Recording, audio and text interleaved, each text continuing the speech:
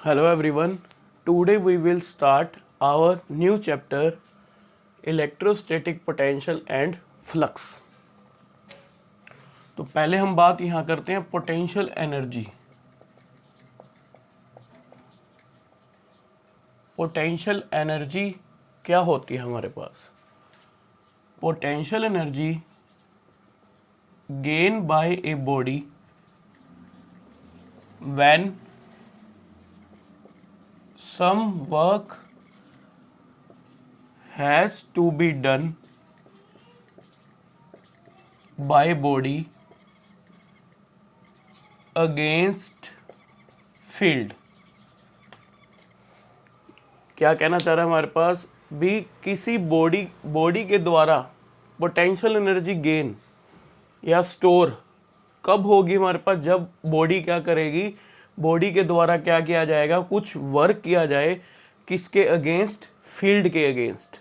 जैसे इस चीज़ को समझो, हमने पोटेंशियल एनर्जी पहले पढ़ी हुई है, उसमें हम क्या कहते थे, जैसे हमारे पास ग्रेविटेशनल पोटेंशियल एनर्जी है। ग्रेविटेशनल पोटेंशियल एनर्जी कब होगी? ये मान लो हमारे पास कोई बॉडी है, ये कहाँ लाई कर रही थी? ग्राउंड पे, on the surface of ground. तो उस कंडीशन में पोटेंशियल एनर्जी इसकी क्या थी? जीरो। पोटेंशियल एनर्जी क्या थी? जीरो। अब हमें पता है जो इस पे ग्रेविटेशनल फोर्स लग रही है वो किस तरफ लग रही है? डाउनवर्ड। क्या लग रही होगी? डाउनवर्ड। और वो जो ग्रेविटेशनल फोर्स होगी वो किस तरफ जाती है? Toward the centre of earth. अब ये बॉडी कहाँ लाई कर रही थी? सरफेस ऑफ अर्थ पे। किस पे लाई कर रही है? सरफेस ऑफ अर्थ या सरफेस ऑफ ग्राउंड। अगर उस पर लाई कर रही है तो वहाँ पे पोटेंशियल एनर्जी क्या है? जीरो। अब मैं क्या करूँगा, इस बॉडी को ऊपर लेके आऊँगा। इस बॉडी को क्या लेके आता हूँ? कोई हाइट पे लेके आता हूँ। इसको यहाँ तक ले आए तो मैंने क्या किया, इसके ऊपर, इस बॉडी के ऊपर क्या लगाई? फोर्स अप्लाई की। अब वो जो फोर्स हम अप्लाई करेंगे, जो एक्सटर्नल फोर्स हम अप्लाई कर रहे हैं, वो जो फोर्स होनी चाहिए वो किसके इक्वल एंड अपोजिट होगी? ग्रेविटेशनल फोर्स के। ग्रेविटेशनल फोर्स लग रही है डाउनवर्ड, जो एक्सटर्नल फोर्स लगा रहे हैं हम वो कैसे लग रही है? अपवर्ड। और वो दोनों फोर्सेस क्या है? Equal and opposite. कैसे होंगी हमारे पास? Equal and opposite. और जिसके कारण जो net force act on the body वो क्या हो जाएगा? जीरो। इसका means acceleration of the body वो भी क्या हो जाएगी? जीरो। इसका मीन्स ये हुआ भी, जो अब एक्सेलरेशन जीरो का मीन्स क्या है? यहाँ पे दो कंडीशन हो सकती है, या तो बॉडी रेस्ट पे होगी या बॉडी मूव कर रही होगी कांस्टेंट वेलोसिटी से। हमने +1 में सारा डिस्कस किया हुआ था। तो वही चीज़ यहाँ है, जब मैं बॉडी को सरफेस ऑफ अर्थ से किसी एक अनदर पोजीशन पे, यानी कि मैं यहाँ लेके आ रहा हूँ इस बॉडी को, तो इसका मीन्स मैं क्या कर रहा हूँ? इस पे फोर्स अप्लाई कर रहा हूँ, एक्सटर्नल फोर्स अप्लाई कर रहा हूँ, और जिसके कारण, और वहाँ से लेके यहाँ तक कुछ ना कुछ डिस्प्लेसमेंट हो रहा है, जिसके कारण इस बॉडी में क्या हो रहा है? वर्क कर रहा है। बॉडी क्या कर रही है? वर्क। यानी कि वर्क डन बाय बॉडी, यानी कि बॉडी ने क्या किया? वर्क किया। तो इस पॉइंट पे जब वो यहाँ आ गई तो उसमें क्या होगी? कुछ ना कुछ एनर्जी स्टोर होगी। वो जो एनर्जी स्टोर है उसको हम कौन सी एनर्जी बोलेंगे? Gravitational potential energy. अब हमने इसके पीछे ग्रेविटेशनल क्यों लगाया? पोटेंशियल एनर्जी के पीछे क्यों लगाया? क्योंकि हम जो वर्क कर रहे हैं वो किसके अगेंस्ट कर रहे हैं?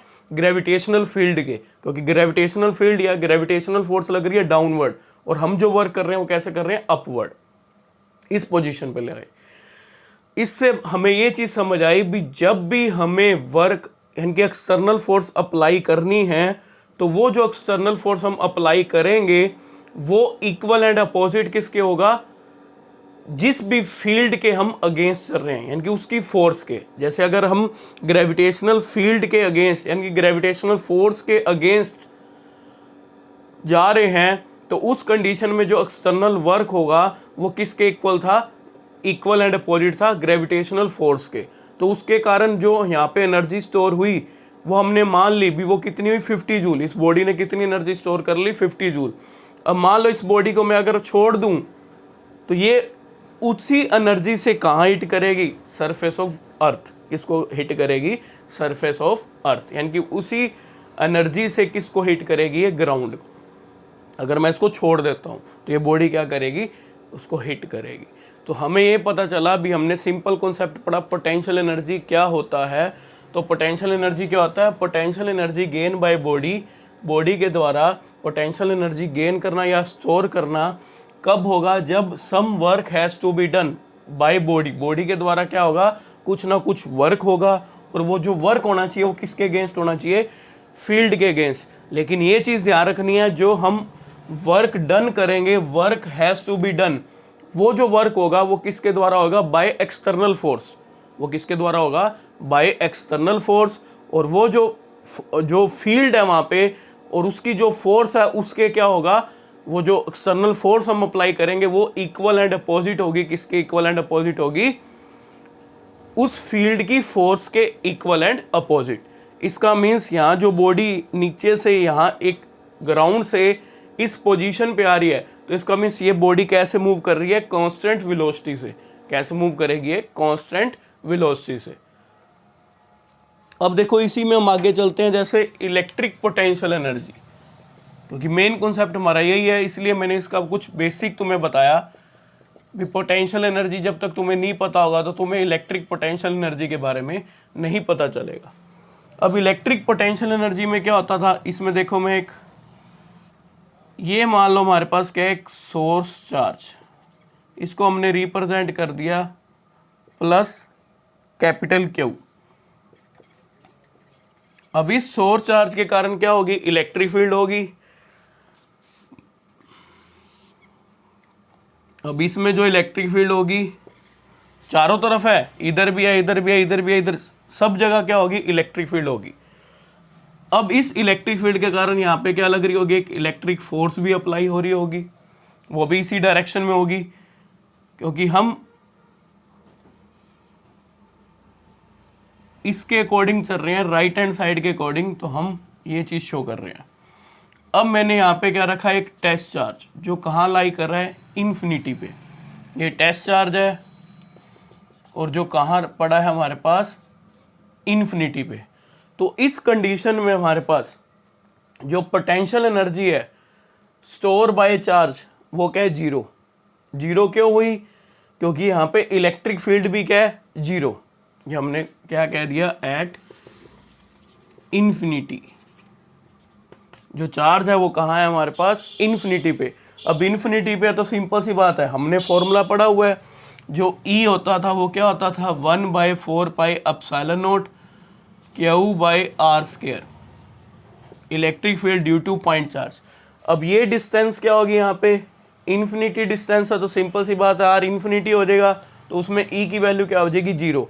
इसका मीन्स जब चार्ज, टेस्ट चार्ज कहाँ पे पड़ा है हमारे पास? इन्फिनिटी पे पड़ा है, तो वहाँ पे इलेक्ट्रिक फील्ड क्या है? जीरो। इलेक्ट्रिक फोर्स क्या होगी हमारे पास? जीरो। इसका मीन्स यहाँ पोटेंशियल एनर्जी भी क्या होगी? जीरो।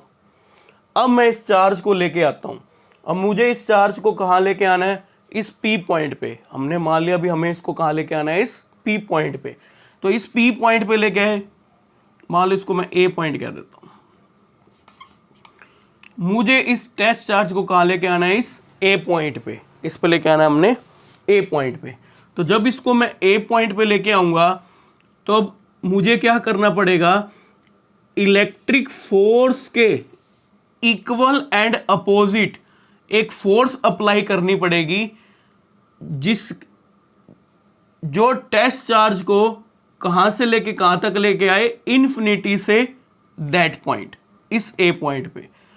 अब मुझे इस A पॉइंट पे क्या देखना है? Potential energy, electric potential energy वो कितनी होगी।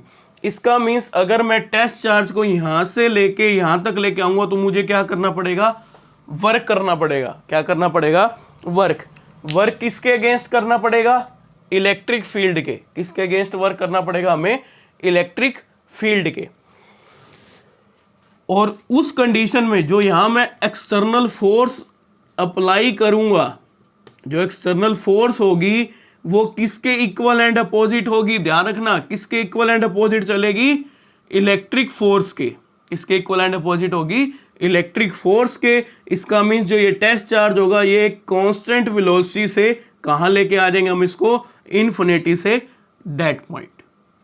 तो उस कंडीशन में जितना वर्क हुआ वही वर्क किस में स्टोर हो जाएगा? इलेक्ट्रिक पोटेंशियल एनर्जी, वो किस में स्टोर हो जाएगा हमारे पास, इलेक्ट्रिक पोटेंशियल एनर्जी, और वो किस पॉइंट पे आ गया हमारे पास, ए पॉइंट पे। अब मैंने मान लिया भी इस पॉइंट ए पे जब यहाँ से लेके यहाँ तक मैं मान लो वैल्यू समझाने के लिए मैं मान लेता हूँ भी ये चार्ज कितना है, मान लो ये 2 कूलम चार्ज था, जो टेस्ट चार्ज है वो कितना है 2 coulomb.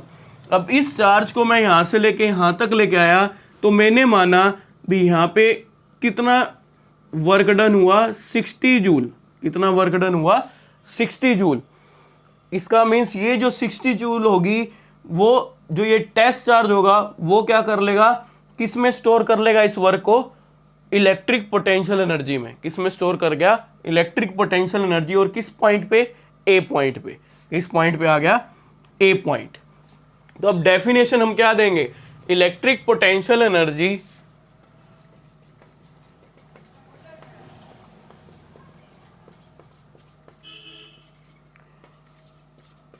Of a charge, electric potential energy of a charge. अब देखो इस चीज को समझो साथ साथ, electric potential energy of a charge, ये चार्ज था इसको हम यहां लेके आ रहे थे, एट ए पॉइंट, एट ए पॉइंट, क्या कह रहा है हमारे पास, एट ए पॉइंट। अब ये जो पॉइंट ए है वो कहां है, in the electric field, in the electric field due to any charge, due to any charge. अब ये इलेक्ट्रिक फील्ड किसकी थी, इस चार्ज की थी, यानी कि कोई दूसरे चार्ज की। तो हमने यही चीज यहां लिखी, इज डिफाइंड एज, अब इसको डिफाइंड कैसे कर रहे हैं हम, is defined as work done in moving a test charge, कहां से लेके कहां तक लेके आए, from infinity to that point in the electric field, in the electric field. देखो हमने क्या किया, work done in moving a, हमने यहां से लेके यहां तक क्या किया था, वर्क डन किया था।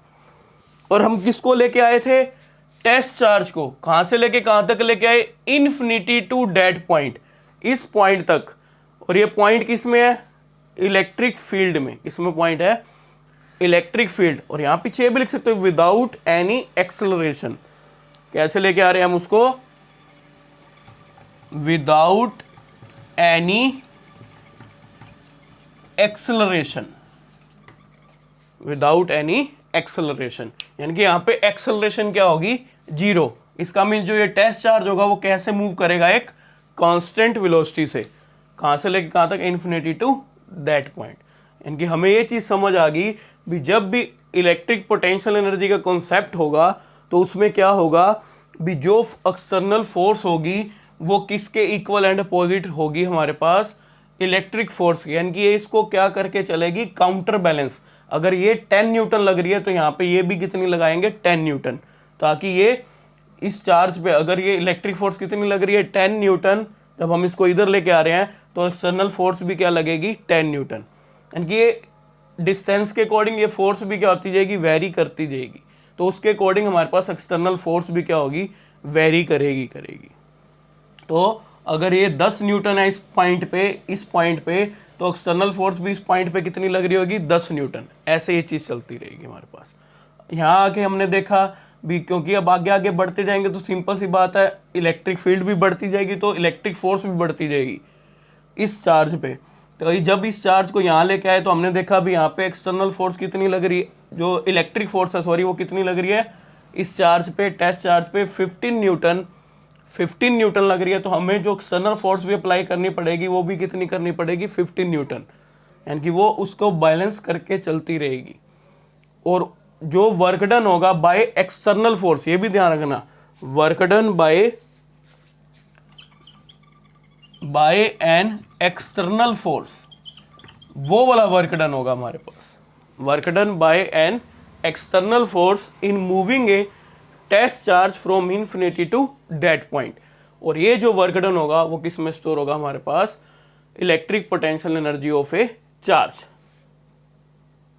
अब इसी को आगे लेके चलते हैं, देखो, और इसी में डेफिनेशन क्या बन सकती है हमारे पास, अगर मैं किसी, क्योंकि अगर मुझे डिफरेंस देखना है इलेक्ट्रिक पोटेंशियल एनर्जी डिफरेंस, तो उसकी भी बात आ जाएगी। देखो कैसे करेंगे। अब मैंने माना भी इस टेस्ट चार्ज को मैं इस बी पॉइंट पे ले आया, पहले ए पॉइंट पे देखा था, अब मैं इस टेस्ट चार्ज को कहाँ लेके आया, infinity to that point, B point पे लेके आया।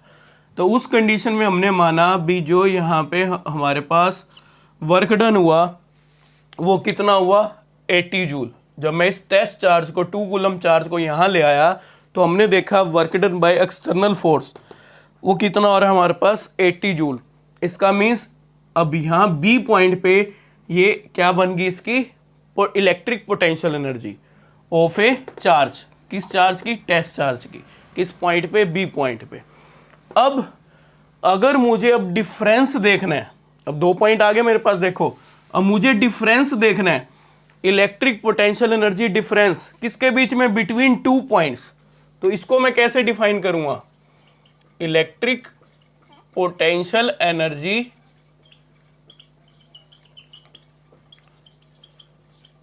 डिफरेंस।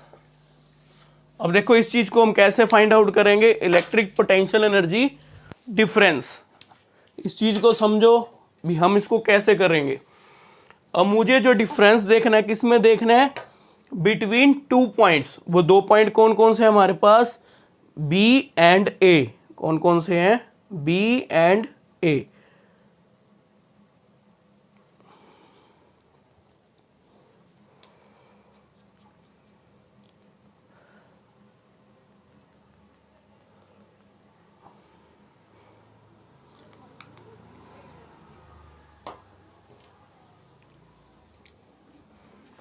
देखो हमारे पास electric potential energy difference, electric potential energy difference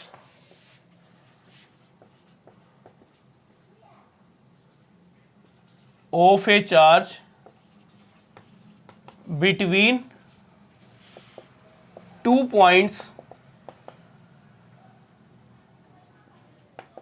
in the electric field due to other charge is defined as। अब देखो इसको कैसे डिफाइन करेंगे हम, जब मैं टेस्ट चार्ज को इन्फिनिटी से ए पॉइंट पे लेकर आया तब वर्क डन कितना हम कह रहे हैं, 60 जूल। कितना हुआ था, 60 जूल। तो वहां पे पोटेंशियल एनर्जी कितनी हुई थी, electric potential energy 60 joule at point A. अब जब टेस्ट चार्ज को मैं यहां से लेके यहां बी पॉइंट पे लेके आया तब मैंने कहा भी वो वर्क डन हमने मान लिया अभी वो कितना हुआ, 80 जूल। तो उस कंडीशन में इलेक्ट्रिक पोटेंशियल एनर्जी कितनी हुई, 80 जूल एट पॉइंट बी। तो यहां स्टोर होगी हमारे पास। अब मुझे डिफरेंस देखना है, 2 पॉइंट कौन कौन से हैं, बी और ए। 2 पॉइंट हो गए मेरे पास। अब इनके बीच का डिफरेंस देखना है, तो डिफरेंस कितना होगा हमारे पास, अगर मैं यहां से डिफरेंस निकालूंगा तो कितना होगा मेरे पास, 20 जूल। इतना डिफरेंस हो गया 20 जूल। इसका मीन्स अगर मैं टेस्ट चार्ज को ए पॉइंट से यानी कि एक पॉइंट से दूसरे पॉइंट पे लेके आऊं तो उस कंडीशन में वो जो डिफरेंस होगा उस डिफरेंस को हम क्या कहेंगे, इलेक्ट्रिक पोटेंशियल एनर्जी डिफरेंस। इसका मीन्स वो डिफरेंस कितना हुआ, 20 जूल का। इसका मीन्स हम ये लिखेंगे इसमें, is defined as work done by an external force. क्योंकि अब यहां तक ए पॉइंट पे क्या हो गया, टेस्ट चार्ज पहुंच गया, तो उसके पास एनर्जी कितनी है, जो इलेक्ट्रिक पोटेंशियल एनर्जी है वो कितनी है, 60 जूल। अब मैं उसको ए से लेके बी तक लेके आया। जब ए से लेके बी तक लाया तो जब बी तक आया तो उसके पास कितनी थी, 80 जूल। यानी कि 60 तो यहां थी, अब यहां से लेके यहां तक लेके आया तो work done bye external force कितना हुआ 20 जूल। तो वही चीज यहाँ पे वही क्या बन गया हमारे पास, डिफरेंस बन गया। डिफरेंस किसके बीच में बन गया, 2 पॉइंट्स के बीच में। तो यही चीज यहां लिख रहे हैं, work done by an external force in moving a test charge from one point to another point, from one point to another point against the electric field,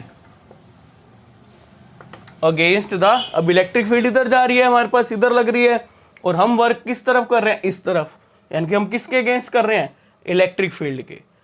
तो ये हमारे पास डेफिनेशन लिखी जाएगी।